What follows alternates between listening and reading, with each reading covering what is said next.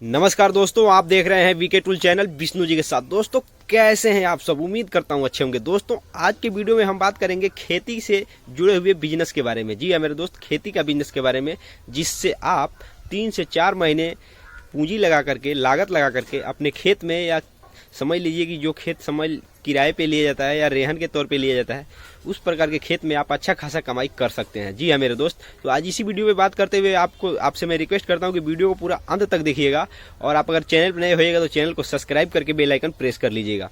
तो चलिए दोस्तों, अब वीडियो को शुरू करते हैं और आपको कुछ दिखाते हैं। उसके बाद हम आपको पूरा डिटेल में समझाएंगे कि इस बिजनेस को, इस तरह की खेती आप कैसे और किस मिट्टी पे कर सकते हैं, ताकि आपको कभी भी उसमें घाटा न लगे और फायदा ही फायदा हो। दोस्तों अब अगर किसी भी प्रकार की खेती का बिजनेस करते हैं तो सबसे खास बात ये होता है कि मिट्टी की किस्म और उसकी गुणवत्ता का पहचान होना सबसे जरूरी होता है। तभी आप कोई भी फसल उसमें उगाएंगे तो आपको उसमें नुकसान नहीं झेलना पड़ेगा, फायदा होगा। लेकिन और आपको मौसम की भी जानकारी होनी जरूरी है। लेकिन खास बात यह है कि जो मैं आपको आइडिया बताने वाला हूँ, जो खेती के बिजनेस के बारे में मैं बताने वाला हूँ, वो मैंने खुद खेती किया हुआ है। उसके बारे में मैं आपको पूरे डिटेल में समझाने वाला हूँ कि किस मिट्टी में वो ज़्यादा पैदावार करता है और उसका मतलब टेम्परेचर मिट्टी में कितना होना चाहिए, इसके बारे में मैं आपको पूरे डिटेल में समझाने वाला हूँ। और वो किस प्रकार की खेती है, किस चीज़ की खेती है कि 3 से 4 महीने में समझ लीजिए कि अगर उसको खरीद कर आप बोते हैं, अपने खेत में उगाते हैं, तो वो ऐसा प्रोडक्ट है जो 60 से 70 रुपये प्रति किलो वो बिक करके आपका समझ लीजिए इतना लागत लगेगा, उसका करीब करीब 20 गुना आपको उसमें मुनाफा मिलने वाला है। दोस्तों अगर आप 20 गुना मुनाफा अगर आपको मिलेगा तो समझ लीजिए कि उसकी लागत, किस्म और मिट्टी की गुणवत्ता सब कुछ आपको जानकारी होनी चाहिए, तभी आप उस खेती के बिजनेस को कर सकते हैं। तो दोस्तों हम इसी वीडियो में आपको वो बताने वाले हैं।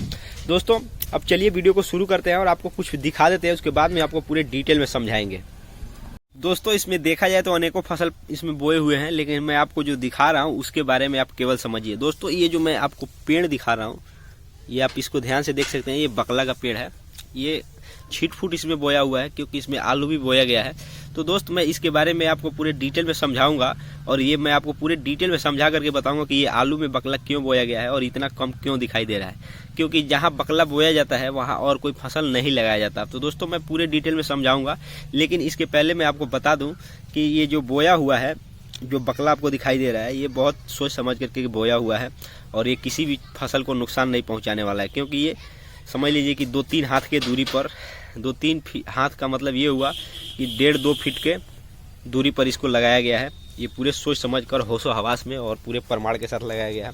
दोस्तों आपको पूरा डिटेल में दिखा देते हैं और समझा देते हैं। दोस्तों अगर यहाँ देखते हैं तो पूरे यहाँ पे बकला बोया हुआ है। आप देख सकते हैं कि चारों तरफ ये बकला ही बोया गया है, और ये मैं आपको दिखाने वाला हूँ कि कौन सा मिट्टी पे आप इसको बोना चाहिए। देखिए ये कुछ खराब हो गया है बकला, पेड़ पौधा जो है वो बड़ा नहीं हुआ है, और यहीं पे कुछ बकला जो है समझ लीजिए कि इतना ज़्यादा ऊंचे ऊंचे पौधे कर रखा है। दोस्तों इसके बारे में हम आपको पूरे डिटेल में समझाएंगे, लेकिन खास बात यह है कि आप गांव देहात में रहते हैं तो इसका जानकारी होना भी बहुत ज़रूरी है। तो चलिए दोस्तों अब आपको डिटेल में समझाते हैं।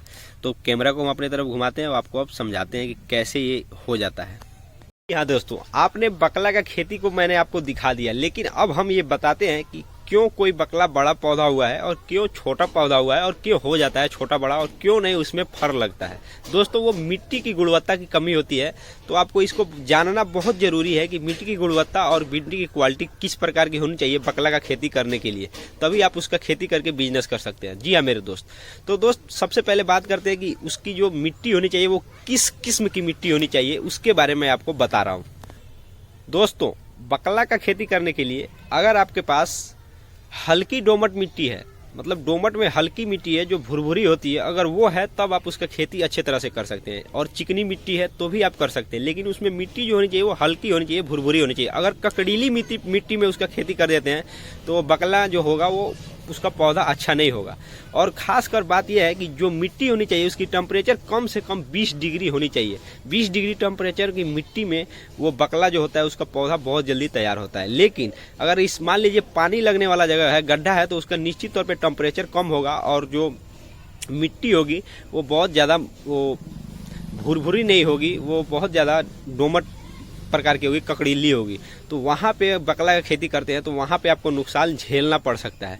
और ख़ास बात यह है कि ज़्यादातर लोग इस बारे में लोगों को इसको जानकारी नहीं होती। इस कारण से आप देखे होंगे जहाँ भी रहते होंगे तो बकला की खेती करते हैं तो किसी का फसल अच्छा हो जाता है, किसी का फसल अच्छा नहीं होता है।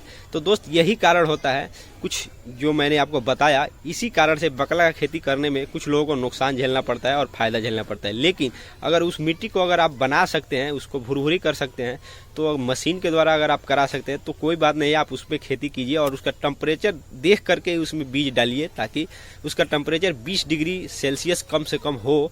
तो उसमें समझ लीजिए कि आपकी जो बीज उसमें डालेंगे वो अच्छे तरह से वो इम्प्रूवमेंट होगा और बदलाव परिवर्तित होगा और वो अच्छा पौधा बनेगा। लेकिन अगर 20 डिग्री से कम टेम्परेचर है, मान लीजिए कम है बिल्कुल, अगर पानी लगने वाला जगह है, तो वहाँ पे समझ लीजिए कि वहाँ बीज जो होगा वो उतना उजियाएगा नहीं। हमारे यहाँ उजियाने का एक भाषा कहा जाता है, उजियाएगा नहीं, वो मुरझा जाएगा या छोटा छोटा पौधा हो जाएगा। तो दोस्तों इस बात को ध्यान में रखते हुए आप खेती करना चाहते हैं तो निश्चित तौर पे कीजिए, आप अपने हिसाब से कीजिए, वो आपके ऊपर डिपेंड करता है।